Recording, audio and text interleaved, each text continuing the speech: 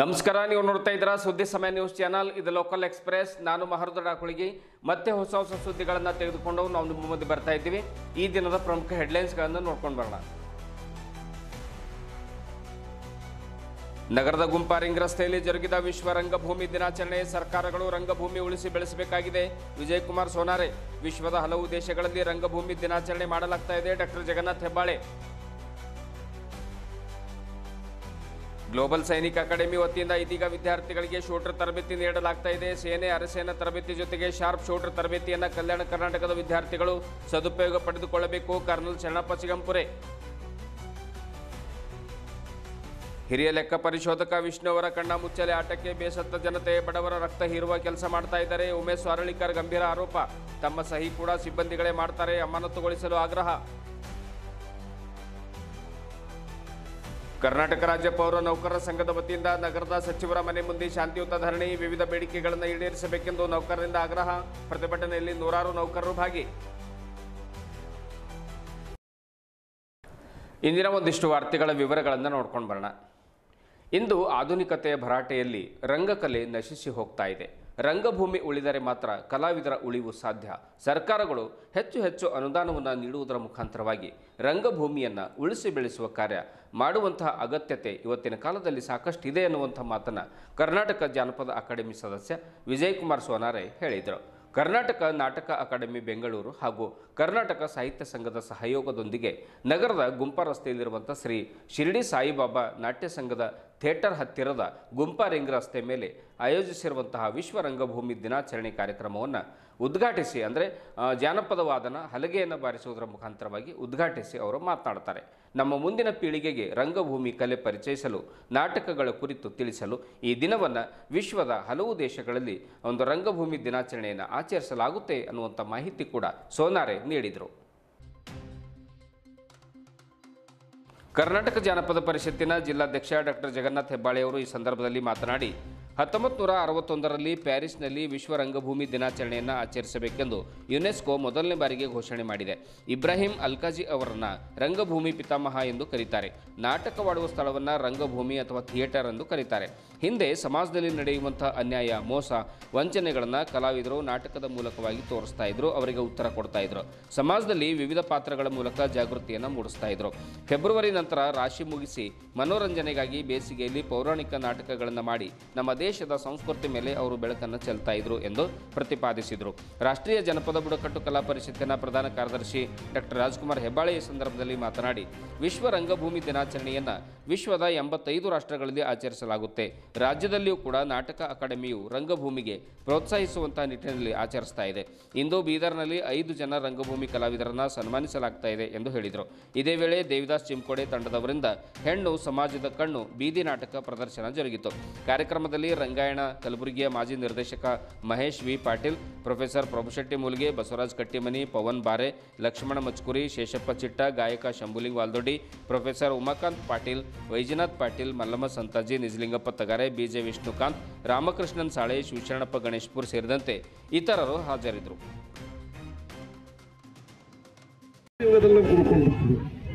ಕಲೆ ಸಾಹಿತ್ಯ ಅಂತಕ್ಕಂಥದ್ದು ಪ್ರತಿ ಹಳ್ಳಿ ಇತ್ತು. ಇವತ್ತು ನೋಡ್ರಿ, ಯುಗಾದಿ ಹಬ್ಬ ಬಂತಂದ್ರೆ ಕೋಲಾಟದ ಮೂಲಕ ನಾವು ಪ್ರತಿ ಹಳ್ಳಿಯಲ್ಲಿ ರಾಮ ಲಕ್ಷ್ಮಣ ನಾಟಕ ಮಾಡ್ತಾ 2 ದಿವಸ ನಾಟಕ ಮಾಡ್ತಿದ್ವಿ. ಇವತ್ತು ನಮ್ಮ ಕಂಪನಿ ವೃತ್ತಿ ರಂಗಭೂಮಿಯ ಕಲಾವಿದರು ಇವತ್ತು ಏನಾಗಿದೆ, ಬದುಕೇ ಆಗಲ್ಲ ಅಂತಕ್ಕಂಥ ಸ್ಥಿತಿ ಬಂದಿದೆ. ಅದಕ್ಕೆ ನಾವು ವಿನಂತಿ ಮಾಡ್ಕೊತಾ ಇದ್ದೀವಿ ರಾಜ್ಯ ಸರ್ಕಾರಕ್ಕೆ ಮತ್ತು ಕೇಂದ್ರ ಸರ್ಕಾರಕ್ಕೆ. ಕೇವಲ ವಿಶ್ವರಂಗ ದಿನಾಚರಣೆ ಮಾಡ್ತಕ್ಕಂಥಲ್ಲ, ಇದು ರಾಜ್ಯ ಸರ್ಕಾರ ಮತ್ತು ಕೇಂದ್ರ ಸರ್ಕಾರ ನೇರವಾಗಿ ಮಾಡಬೇಕಂತಕ್ಕಂಥ ಉದ್ದೇಶದಿಂದ ಇವತ್ತು ನಾನು ನಿಮ್ಮಲ್ಲಿ ಕೇಳ್ಕೊತಾ ಇದ್ದೀನಿ. ಅದಕ್ಕಾಗಿ ಬಂಧುಗಳೇ, ನಮ್ಮ ಮಕ್ಕಳಿಗೆ ಮೊಬೈಲ್ ಕೊಡಬೇಕು, ನಮ್ಮ ಮಕ್ಕಳಿಗೆ ಒಳ್ಳೆ ರೀತಿಯಿಂದ ಸಂಸ್ಕೃತಿ ಕೊಡ್ತಕ್ಕಂಥ ಕೆಲಸ ಮಾಡಬೇಕು. ಮಕ್ಕಳಿಗೆ ಕನ್ನಡ ಶಾಲೆಗಳಿಗೆ ಹಾಕಿದಾಗ ಮಾತ್ರ ಒಂದು ಕಲೆ ಸಾಹಿತ್ಯ ಸಮಯ ಆಗಿದೆ. ಇವತ್ತು ನನಗೆ ಉದ್ಘಾಟಕರಾಗಿ ಕರೆದು ತಾವು ಮಾತಾಡಕ್ಕೆ ಅವಕಾಶ ಕೊಟ್ಟಿದ್ದಾರೆ ಒಂದಿಷ್ಟು ನಾವೆಲ್ಲರೂ ದಯಮಾಡಿ ಇವ್ರು ಹಳ್ಳಿಗರ ಜಾತಿ ಧರ್ಮ ಮತ ಇರ್ತಿಲ್ಲ. ಎಂತ ವಿಷಯ ಬಂದಿದೆ ಅಂದ್ರೆ ಪ್ರತಿ ಧರ್ಮದಲ್ಲೂ ಜಾತಿ, ಪ್ರತಿ ಕಲಾವಿದರಲ್ಲೂ ಜಾತಿ, ಪ್ರತಿಯೊಬ್ಬ ವ್ಯಕ್ತಿಗಳನ್ನು ಕೂಡ ವಿಷಮಿತ ಬರ್ತಾ ಇದೆ. ಅದಕ್ಕೆ ನಮ್ಗೆ ವಿನಂತಿ ಇದೆ, ಇವತ್ತು ವಿಶ್ವರಂಗಭೂಮಿಯ ವಿನಂತಿ ಮಾಡ್ಕೊತೀವಿ. ನಾವೆಲ್ಲರೂ ಒಂದು ತಾಯಿ ಮಕ್ಕಳು, ನಾವೆಲ್ಲರೂ ಭಾರತದ ಮಕ್ಕಳು ಅಂತಕ್ಕಂಥ ಮಾತು ಹೇಳ್ತಾ ಇವತ್ತು ವಿಶ್ವರಂಗ ದಿನಾಚರಣೆಯ ಶುಭಾಶಯ ಅವಕಾಶ. ಸಮುದಾಯದಲ್ಲಿ ಏನಾದರೂ ಹೆಚ್ಚು ಕಡಿಮೆ ಆದಾಗ ಅದಕ್ಕೆ ಉತ್ತರ ರೂಪದಲ್ಲಿ ನಾಟಕವನ್ನು ಆಡತಕ್ಕಂಥ ಒಂದು ಸತ್ಸಂಪ್ರದಾಯ ನಮ್ಮ ಸಮಾಜದಲ್ಲಿ ಬೆಳ್ಕೊಂಡು ಬಂದಿದೆ.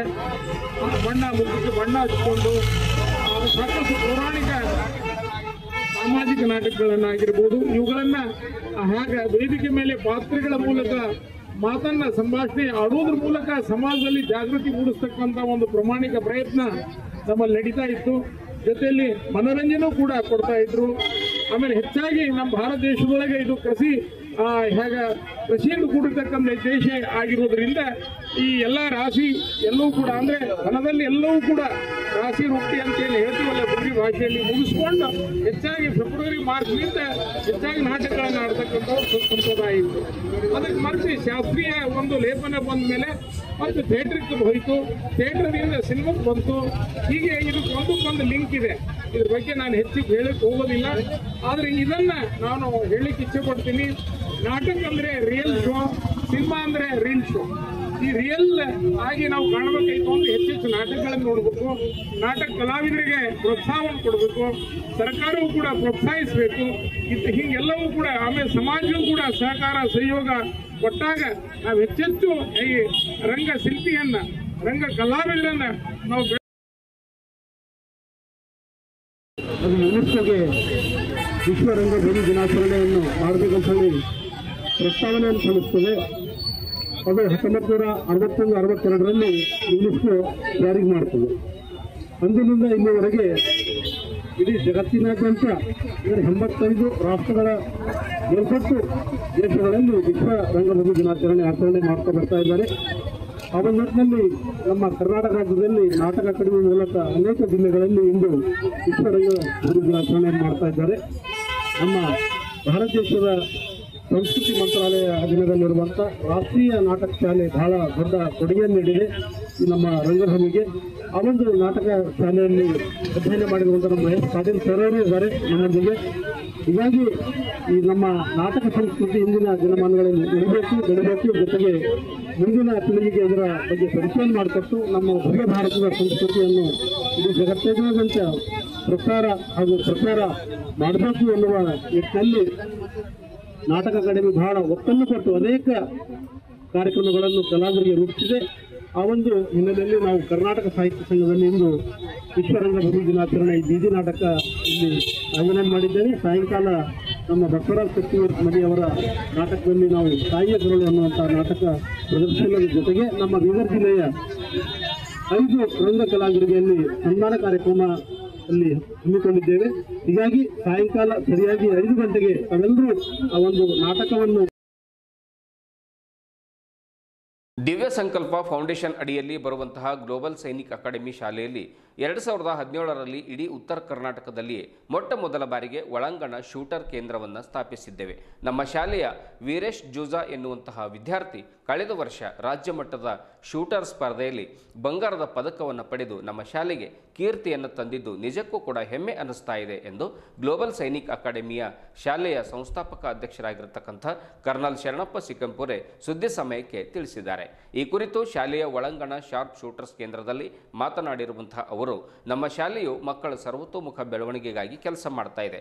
ಮಕ್ಕಳನ್ನ ಕೇವಲ ಪುಸ್ತಕದ ಹುಳಗಳನ್ನಾಗಿ ಮಾಡದೆ ಸೇನೆ, ಅರೆಸೇನಾ ಪಡೆಗಳಲ್ಲಿ ಭರ್ತಿ ಮಾಡಿಸುವುದರ ಜೊತೆಗೆ ಶಾರ್ಪ್ ಶೂಟರ್ ತರಬೇತಿ ಕೂಡ ಈಗ ಹೊಸದಾಗಿ ನಾವು ನೀಡ್ತಾ ಇದ್ದೇವೆ ಅನ್ನುವಂಥ ಮಾತನ್ನು ಕೂಡ ಶರಣಪ್ಪ ಸಿಕ್ಕಂಪುರೆ ಅವರು ಹೇಳಿದರು. ಜೊತೆಗೆ ಕಲ್ಯಾಣ ಕರ್ನಾಟಕ ಕೇವಲ ನಮ್ಮ ಶಾಲೆಯ ವಿದ್ಯಾರ್ಥಿಗಳು ಮಾತ್ರವಲ್ಲ, ಕೇವಲ ಜಿಲ್ಲೆಯ ವಿದ್ಯಾರ್ಥಿಗಳು ಮಾತ್ರವಲ್ಲ, ಇಡೀ ಕಲ್ಯಾಣ ಕರ್ನಾಟಕದ ಎಲ್ಲ ಜಿಲ್ಲೆಗಳ ಒಂದು ವಿದ್ಯಾರ್ಥಿಗಳು, ಆಸಕ್ತರು, ಅಭಿರುಚಿ ಹೊಂದಿರತಕ್ಕಂಥವರು ಎಲ್ಲರೂ ಕೂಡ ಈ ಒಂದು ಶಾರ್ಪ್ ಶೂಟರನ್ನು, ಈ ಒಂದು ಶೂಟಿಂಗ್ ತರಬೇತಿಯನ್ನು ಎಲ್ಲರೂ ಕೂಡ ಆಸಕ್ತರು ಪಡ್ಕೊಳ್ಬಹುದು ಅನ್ನುವಂಥ ಮಾತನ್ನು ಕೂಡ ಶರಣಪ್ಪ ಅವರು ಹೇಳಿದರು.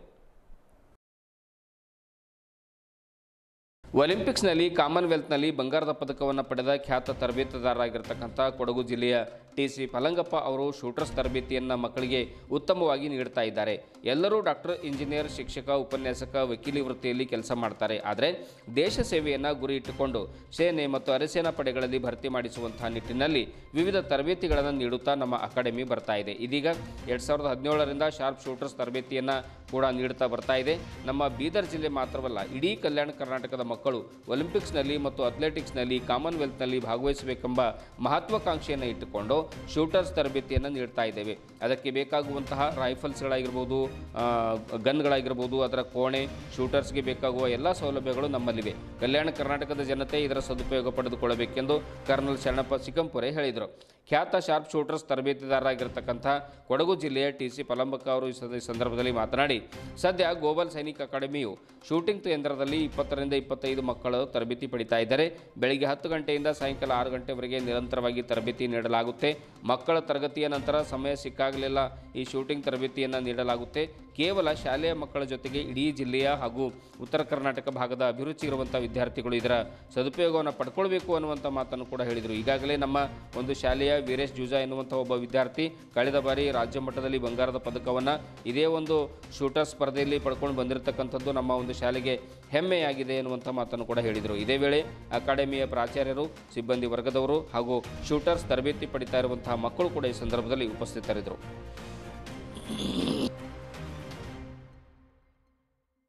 ಒಂದು ದೊಡ್ಡ ಕನಸು ಮಕ್ಕಳಿಗೆ ನಾವು ತೋರಿಸ್ತಾ ಇದ್ದೇವೆ. Sky is not the limit. ಅಂದರೆ ನಾವು ಒಲಿಂಪಿಕ್ಸ್ ಬಗ್ಗೆ ಯಾಕೆ ಮಾತಾಡಬಾರ್ದು? ಇಲ್ಲಿಂದ ಬೀದರ್ನಿಂದ ಒಂದಾದರೂ ಮಕ್ಕಳು ಒಲಿಂಪಿಕ್ಸ್ವರೆಗೆ ಹೋಗಿದರೆ ನಮ್ಗೆ ಎಂಥ ಒಂದು ಪ್ರೌಡ್ ಫೀಲಿಂಗ್ ಆಗ್ತದೆ. ಆದ್ದರಿಂದ ನಾವು ಈ ಸಲ ಅವ್ರನ್ನ ಕರ್ಕೊಂಡು ತಂದಿದ್ದೀವಿ. ಇನ್ನೊಂದು state of art shooting range ಕೂಡ ತಯಾರಾಗ್ತಾ ಇದೆ. ಆ ಕನ್ಸ್ಟ್ರಕ್ಷನಲ್ಲಿ ಕೂಡ ಹೆಲ್ಪ್ ಮಾಡ್ತಾ ಇದ್ದಾರೆ. ಇಲ್ಲಿಂದ ನಮ್ಮ ಮಕ್ಕಳು ಹೋದ ವರ್ಷ ಗೋಲ್ಡ್ ಮೆಡಲ್ ತಂದಿದ್ದಾರೆ ಸ್ಟೇಟ್ ಲೆವೆಲ್ನಲ್ಲಿ. ಈ ಸಲ ಅಟ್ಲೀಸ್ಟ್ ನ್ಯಾಷನಲಲ್ಲಿ ಒಂದು ಏನಾದರೂ ಮೆಡಲ್ ತರಬೇಕು ಅನ್ನುವ ಉದ್ದೇಶದಿಂದ ಈಗಾಗಲೇ ನಾವು ಶೂಟಿಂಗ್ ಪ್ರಾಕ್ಟೀಸ್ ಸ್ಟಾರ್ಟ್ ಮಾಡಿದ್ದೇವೆ. ಇದರಿಂದ ನಮ್ಮ ಮಕ್ಕಳು ಭಾಳ ಚೆನ್ನಾಗಿ ಶೂಟ್ ಮಾಡ್ತಾ ಇದ್ದಾರೆ. ನನಗೆ ಖಂಡಿತ ಒಂದು ವಿಶ್ವಾಸ ಇದೆ ನಮ್ಮ ಮಕ್ಕಳು ಈ ಸಲ ಸ್ಟೇಟ್ ಲೆವೆಲ್, ಜೋನಲ್ ಮತ್ತು ನ್ಯಾಷನಲಲ್ಲಿ ಮೆಡಲ್ ತರ್ತಾರೆ ಅಂತಂದು ಆ ಒಂದು ಉದ್ದೇಶದಿಂದ ಈ ಶೂಟಿಂಗ್ ಪ್ರಾಕ್ಟೀಸ್ ಸ್ಟಾರ್ಟ್ ಮಾಡಿದ್ದೀವಿ. ಮತ್ತು ಕ್ಯಾಪ್ಟನ್ ಫಲಂಗಪ್ಪ ವಿಶಿಷ್ಟ ಸೇವಾ ಮೆಡಲ್ ಅವರ ಒಂದು ಮಾರ್ಗದರ್ಶನದಲ್ಲಿ ನಮ್ಮ ಮಕ್ಕಳು ಈ ಪ್ರದೇಶಕ್ಕೆ ಕೀರ್ತಿ ತರ್ತಾರೆ ಅಂತ ನನಗೆ ತುಂಬ ಭರವಸೆ ಇದೆ. ಸರ್, ಯಾವ್ಯಾವ ಇಕ್ವಿಪ್ಮೆಂಟ್ಸನ್ನು ತಾವು ಇಲ್ಲಿ ಬಳಸ್ತಾ ಇದ್ರಿ ಶೂಟಿಂಗ್ ರೇಂಜ್ಗಾಗಿ? ಇದು ಒಂದು ಬೇಸಿಕ್ ಶೂಟಿಂಗ್ ಇಂಡೋರ್ ರೇಂಜ್ ಇದೆ ನಮ್ಮದು. ಇದರಲ್ಲಿ ನಮ್ಮ ಮಕ್ಕಳಿಗೆ ಸ್ಪೆಷಲೈಸ್ಡ್ ಇಕ್ವಿಪ್ಮೆಂಟ್ಸ್ ಏನೇನು ಬೇಕು ಅದು ಎಲ್ಲ ಕೊಡಿಸ್ತಾ ಇದ್ದೀವಿ. ಈಗ ನೀವು ನೋಡ್ತಾ ಇದ್ದಿರ್ಬೋದು, ಅವ್ರ ಹತ್ರ ಒಂದು ಸ್ಪೆಷಲ್ ಕಿಟ್ ಇದೆ ಮತ್ತು ಇಂಪೋರ್ಟೆಡ್ ರೈಫಲ್ಸು ಕೂಡ ಇವೆ. ಇದರಿಂದ ನಮ್ಮ ಮಕ್ಕಳದ ಶೂಟಿಂಗ್ ಪ್ರದರ್ಶನ ಭಾಳಷ್ಟು ಇಂಪ್ರೂವ್ಮೆಂಟ್ ತೋರಿಸಿದೆ. ಆದರೆ ಇನ್ನೂ ನಮ್ಗೆ ಅನ್ನಿಸ್ತದ ಈ ವರ್ಷ ನಮ್ಮ ಮಕ್ಕಳು ಇವೆಲ್ಲ ಒಂದು ಅಭ್ಯಾಸ ಪಡೆದು ಮುಂದುವರೆದು ಸ್ಟೇಟು ಮತ್ತು ಜೋನಲ್ ಮತ್ತು ನ್ಯಾಷನಲ್ ಲೆವೆಲ್ನಲ್ಲಿ ಚೆನ್ನಾಗಿ ಪ್ರದರ್ಶನ ತೋರಿಸ್ತಾರೆ ಅಂತ ನಮಗೆ ಭರವಸೆ ಇದೆ. ಸರ್, ಇದುವರೆಗೆ ಎಲ್ಲಾದರೂ ತಂದಿದ್ದಾರೆ ಸರ್ ಮೆಡಲ್ಸ್ ಏನಾದರೂ? ಹೌದು, ರಾಜ್ಯ ಮಟ್ಟದಲ್ಲಿ ಅವರು ಗೋಲ್ಡ್ ಮೆಡಲ್ ತಂದಿದ್ದಾರೆ. ವೀರೇಶ್ ಜೂಜಾ ಅನ್ನೋ ಹುಡುಗ, ಅವರ ಅಕ್ಕ ಕೂಡ ಒಳ್ಳೆಯ ಶೂಟಿಂಗು. ಈ ವರ್ಷ ಹೋದ ವರ್ಷವೇ ನಮ್ಮ ಮಕ್ಕಳ ಇಬ್ಬರು ಮಕ್ಕಳು ಭಾಳ ಒಳ್ಳೆಯ ಪ್ರದರ್ಶನ ತೋರಿಸಿದ್ದಾರೆ. ಮತ್ತು ನಮ್ಮ ಟೀಮ್ ಕೂಡ ಒಂದು ಭಾಳ ಚೆನ್ನಾಗಿ ಪ್ರದರ್ಶನ ತೋರಿಸಿದೆ. ಮತ್ತು ಬ್ರೋಂಜ್ ಮೆಡಲ್ಲು ಟೀಮ್ನಲ್ಲಿ ಸಿಕ್ಕಿದೆ ನಮಗೆ, ಮತ್ತು ಗೋಲ್ಡ್ ಮೆಡಲ್ ಇಂಡಿವಿಜುವಲ್ ಮೆಡಲ್ ತಂದಿದ್ದಾರೆ. ಈಗ ತಾವು ಇಷ್ಟೆಲ್ಲ ಈ ಭಾಗದಲ್ಲಿ ಸೇನಾಪಡೆ ಭರ್ತಿ ಮಾಡುವಂಥ ತರಬೇತಿ ಆಗಿರ್ಬೋದು ಮತ್ತು ಶೂಟಿಂಗ್ ತರಬೇತಿ ಆಗಿರ್ಬೋದು ಪ್ರಪ್ರಥಮ ಬಾರಿಗೆ ಅಂತಲೇ ಹೇಳ್ಬೋದು. ಸೊ ಇಂಥ ಸಂದರ್ಭದಲ್ಲಿ ತಮ್ಗೆ ಹೇಗೆ ಪ್ರೌಡ್ ಫೀಲ್ ಆಗ್ತಾ ಇದೆ ಮತ್ತು ಮುಂದೆ ಯಾವ್ಯಾವ ಗುರಿ ಇಟ್ಕೊಂಡಿದ್ದೀರಿ ಸರ್? Global Sainik academy is always different. ನಾವು ಮಕ್ಕಳ ಒಂದು ಓವರಾಲ್ ಡೆವಲಪ್ಮೆಂಟ್ಗೋಸ್ಕರ ಕೆಲಸ ಮಾಡ್ತಾ ಇದ್ದೀವಿ. ನಮ್ಮದು ಲೋಗೋ ಕೂಡ ಅದೇ ಹೇಳ್ತದೆ, sky is not the limit ಅಂತಂದು. ಮತ್ತು ನಮಗೆ ಭಾಳಷ್ಟು ಒಳ್ಳೆ ಫೀಲಿಂಗ್ ಯಾಕೆ ಬರ್ತದೆ ಅಂತಂದ್ರೆ ನಮ್ಮ ಮಕ್ಕಳು ಭಾಳ ಚೆನ್ನಾಗಿ ಮಾಡ್ತಾ ಇದ್ದಾರೆ. ಇವಾಗ ಒಂದು ಮಗು IITಗೆ ಹೋಯಿತು, ಒಂದೊಂದು ಮಗ NIITಗೆ ಹೋಗಿದೆ. ಈ ಥರ ನಮ್ಮ ಮಕ್ಕಳು ಭಾಳ ಶೈನ್ ಆಗ್ತಾ ಇದ್ದಾರೆ. ಅವರು ಸ್ಟಾರ್ ಆಗ್ತಾ ಇದ್ದಾರೆ, ಸೂಪರ್ ಸ್ಟಾರ್ ಆಗ್ತಾ ಇದ್ದಾರೆ. ಮತ್ತು ಇಲ್ಲಿಂದ ಆಟ ಪಾಠಗಳಲ್ಲಿ ಕೂಡ ಇವಾಗ ನೀವು ನೋಡ್ತಾ ಇರ್ಬೋದು, ಅಥ್ಲೆಟಿಕ್ ಟ್ರ್ಯಾಕ್ ಬರ್ತಾ ಇದೆ, ಮತ್ತು ನಮ್ಮದು ಒಂದು synthetic volleyball track, basketball track, ಮತ್ತು ಟೆನ್ನಿಸ್ ಟ್ರ್ಯಾಕ್ ಬರ್ತಾ ಇದೆ. ಕ್ರಿಕೆಟ್ ನೆಟ್ ಪ್ರಾಕ್ಟೀಸ್ ಕೂಡ ನಾವು ಇದು ಮಾಡ್ತಾ ಇದ್ದೀವಿ. ಆಟ ಪಾಠಗಳಲ್ಲಿ ಅದು ಮರ್ತೇ ಬಿಟ್ಟಿದ್ದಾರೆ ಇವತ್ತಿನ ವಿದ್ಯಾರ್ಥಿಗಳು. ಅವರಲ್ಲಿ ಇದೊಂದು ಹುರಿದುಂಬಿಸ್ಬೇಕು, ಅವರಿಗೆ ಆಟ ಪಾಠದಲ್ಲಿ ಇನ್ವಾಲ್ವ್ ಮಾಡಬೇಕೆಂಬ ಉದ್ದೇಶದಿಂದ ಇವೆಲ್ಲ ಮಾಡ್ತಾ ಇದ್ದೀವಿ ನಾವು.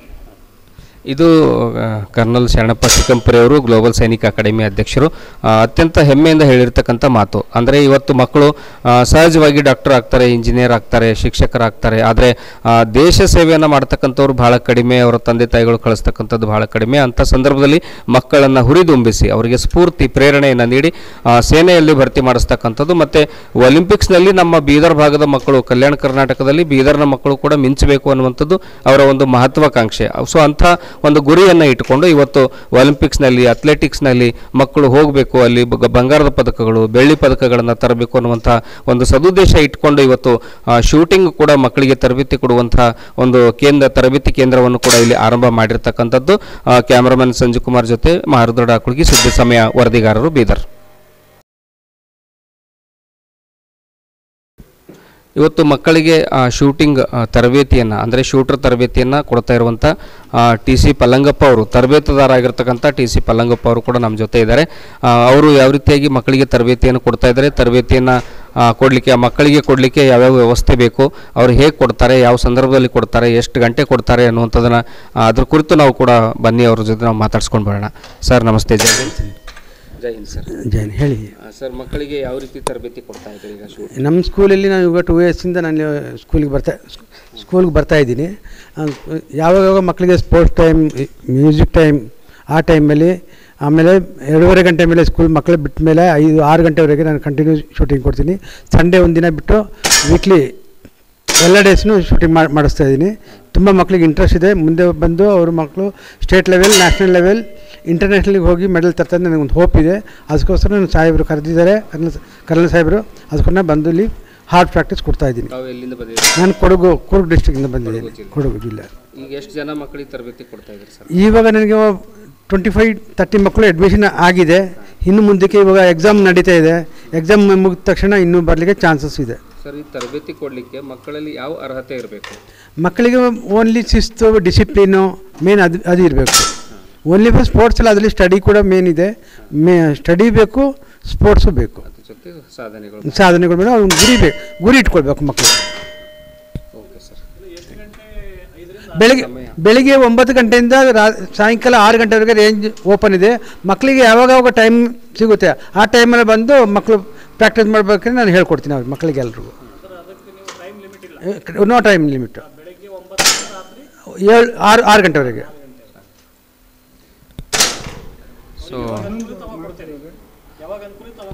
ಹಾಂ, ಇಲ್ಲ, ಈ ಸಮ್ಮರ್ ಹಾಲಿಡೇಲಿ ಕೂಡ ಕಂಟಿನ್ಯೂ ಇದೆ. ಯಾವುದು ಇಲ್ಲಿ ರೇಂಜ್ ಕ್ಲೋಸ್ ಅಂತೂ ಇಲ್ಲ, ಓಪನ್ ಇರುತ್ತೆ ಯಾವಾಗ ನೋಡಿದ್ಲು. ಕಾಂಪಿಟೇಷನ್ ಹತ್ತಿರ ಬಂದರೆ ರವಿವಾರ ಕೂಡ, ಕಾಂಪಿಟೇಷನ್ ಹತ್ತಿರ ಬಂದಾಗ ರವಿವಾರ ಕೂಡ ನಾವು ಕೊಡ್ತಾಯಿದ್ದೀವಿ, ರಾತ್ರಿನೂ ಕೊಡ್ತಿದ್ದೀವಿ. ಇನ್ನೊಂದು ನಮ್ಮ ಉದ್ದೇಶ ಬರೀ ಗ್ಲೋಬಲ್ ಸೈನಿಕ್ ಅಕಾಡೆಮಿ ಮಕ್ಕಳಿಗೆ ಮಾತ್ರ ಲಾಭ ಆಗಬಾರ್ದು, ಇದರಿಂದ ಇಡೀ ಈ ಪ್ರದೇಶಕ್ಕೆ ಲಾಭ ಆಗಬೇಕು. ಬೇರೆ ಸ್ಕೂಲ್ ಮಕ್ಕಳು ಕೂಡ ಯಾರಿಗೆ ಅಭಿರುಚಿ ಇದೆ, ಯಾರಿಗೆ ಇಂಟ್ರೆಸ್ಟ್ ಇದೆ ಶೂಟಿಂಗ್ನಲ್ಲಿ, ಅಂಥ ಮಕ್ಕಳು ತಂದೆ ತಾಯಿಗಳು ಬೇರೆ ಯಾರಾದರೂ ಓಪನ್ ಆಗಿ ಬಂದು ಇಲ್ಲಿ ರಿಜಿಸ್ಟರ್ ಮಾಡ್ಬೋದು. ಅವ್ರಿಗೆ ನಾವು ಪ್ರಾಕ್ಟೀಸ್ ಕೊಡ್ತೀವಿ. ಇಂಥ ಒಂದು ಮಹಾನ್ ಕೋಚ್ ನಾವು ಬೀದರ್ಗೆ ತಂದಿದ್ದೀವಿ. ಇದರಿಂದ ಬರೀ ಗ್ಲೋಬಲ್ ಸೈನಿಕ್ ಅಕಾಡೆಮಿಗಲ್ಲ, ಇಡೀ ಪ್ರದೇಶಕ್ಕೆ ಲಾಭವಾಗಲಿ ಅಂತ ನಮ್ಮದು ಒಂದು ಕನಸಿದೆ. ಓಕೆ.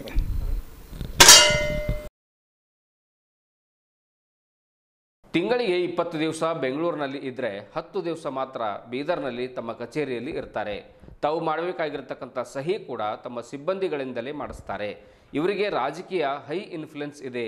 ಅವರು ಬೇರೆ ಯಾರೂ ಅಲ್ಲ, ಬೀದರ್ನ ಕರ್ನಾಟಕ ರಾಜ್ಯ ಲೆಕ್ಕ ಪರಿಶೋಧನಾ ಮತ್ತು ಲೆಕ್ಕಪತ್ರ ಇಲಾಖೆಯ ಹಿರಿಯ ಉಪನಿರ್ದೇಶಕರ ಕಚೇರಿಯ ಲೆಕ್ಕ ಪರಿಶೋಧಕರಾಗಿರ್ತಕ್ಕಂಥ ವಿಷ್ಣು.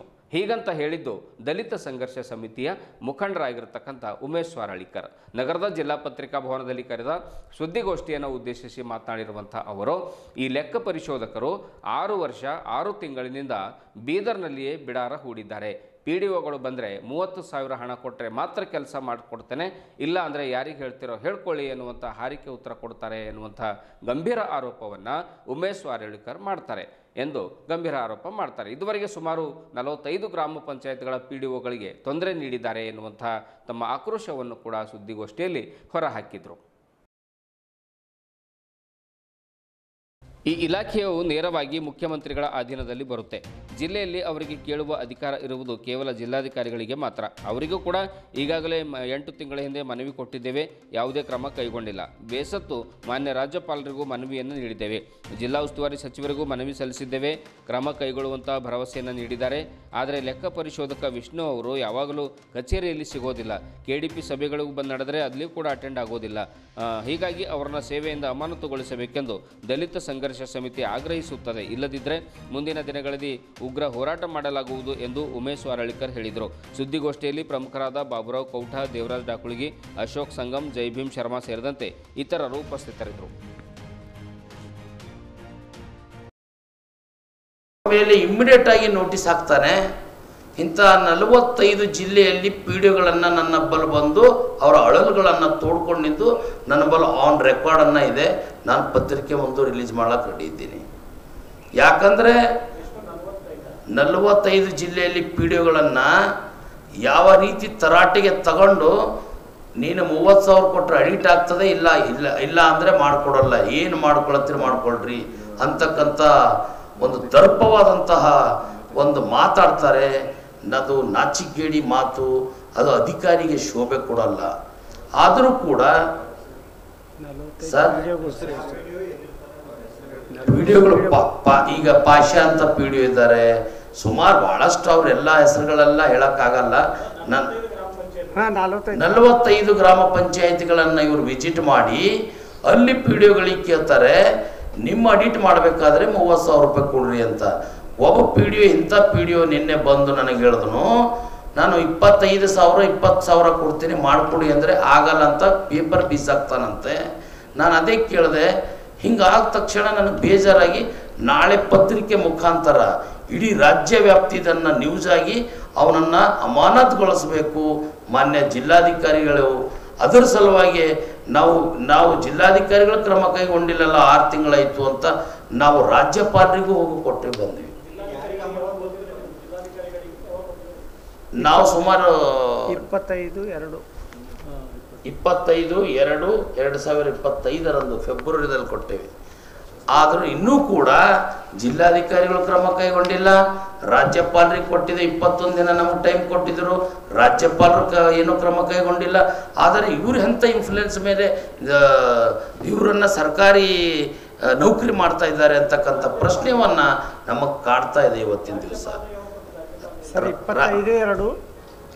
ಫೆಬ್ರವರಿಯಲ್ಲಿ ಕೊಟ್ಟಿದ್ದೀವಿ.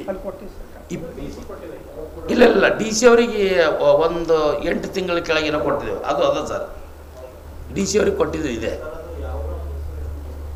ಯಾವುದು? ವಿಷ್ಣು ಅವರ ಹೆಸರು ವಿಷ್ಣು. ಕರ್ನಾಟಕ ರಾಜ್ಯ ಪೌರ ನೌಕರರ ಸಂಘದ ವತಿಯಿಂದ ನಗರದ ಪೌರಾಡಳಿತ ಹಾಗೂ ಹಜ್ ಸಚಿವರಾಗಿರತಕ್ಕಂಥ ರಹೀಂ ಖಾನ್ ಅವರ ಗೃಹ ಕಚೇರಿ ಮುಂದೆ ಪ್ರತಿಭಟನೆಯನ್ನು ನಡೆಸಿದರು. ನೂರಾರು ಪೌರ ನೌಕರರು ಸಚಿವರ ಮನೆ ಮುಂದೆ ಜಮಾಯಿಸಿ ವಿವಿಧ ಬೇಡಿಕೆಗಳನ್ನು ಈಡೇರಿಸುವಂತೆ ಘೋಷಣೆಗಳನ್ನು ಕೂಗಿದ್ರು. ರಾಜ್ಯದ ವಿವಿಧ ಕಡೆಗಳಿಂದ ಪೌರ ನೌಕರರು ಬೀದರ್ ನಗರದ ಸಚಿವರ ಮನೆ ಕಡೆಗೆ ಆಗಮಿಸಿ ಧರಣಿ ನಡೆಸಿದರು. ಪೌರ ನೌಕರರನ್ನು ಖಾಯಂಗೊಳಿಸಬೇಕು ಮತ್ತು ಹಲವು ತಿಂಗಳಿನಿಂದ ಪೆಂಡಿಂಗ್ ಇರುವಂತಹ ಅವರ ಸಂಬಳವನ್ನು ಕೂಡಲೇ ಕೊಡಿಸಬೇಕು, ವಿವಿಧ ಸೌಲಭ್ಯಗಳನ್ನು ಒದಗಿಸಬೇಕು ಎನ್ನುವಂತಹ ವಿಷಯಗಳನ್ನು ಇಟ್ಟುಕೊಂಡು ಅವರು ಪ್ರತಿಭಟನೆಯನ್ನು ನಡೆಸ್ತಾರೆ. ಶಾಂತಿಯುತವಾಗಿ ನಡೆದ ಈ ಪ್ರತಿಭಟನೆಯಲ್ಲಿ ಜಿಲ್ಲೆಯ ಹಲವು ಪೌರ ನೌಕರರು ಕೂಡ ಭಾಗವಹಿಸಿದರು. ಈ ಹಿಂದೆಯೂ ಕೂಡ ಹಲವು ಬಾರಿ ಪೌರ ನೌಕರರು ಪ್ರತಿಭಟನೆಯನ್ನು ನಡೆಸಿದ್ದನ್ನು ಈ ಒಂದು ಧರಣಿ ಸಂದರ್ಭದಲ್ಲಿ ಅವರು ಸ್ಮರಿಸಿಕೊಂಡರು.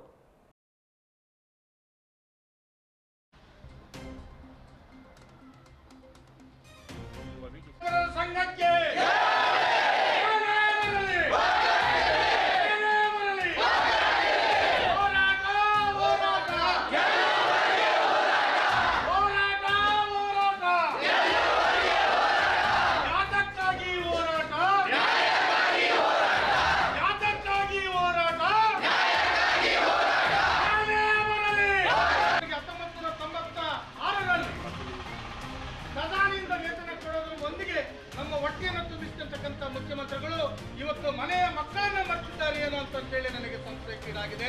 ಇವತ್ತು ದಿನಕ್ಕೊಂದು ಆದೇಶಗಳನ್ನು ಮಾಡ್ತಿದ್ದೇವೆ.